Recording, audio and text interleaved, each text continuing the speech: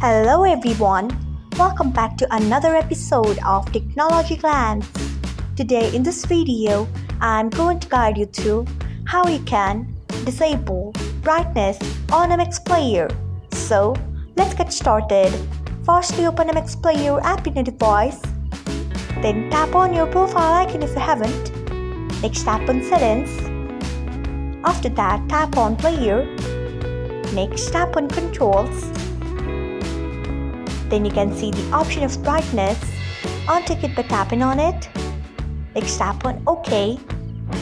So this is how you can disable brightness on MX Player. Thanks for watching.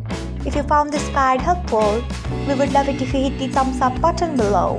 We upload great new tech tutorials like this one every day. So do not forget to subscribe to our channel and hit the bell icon so that you will never miss another update.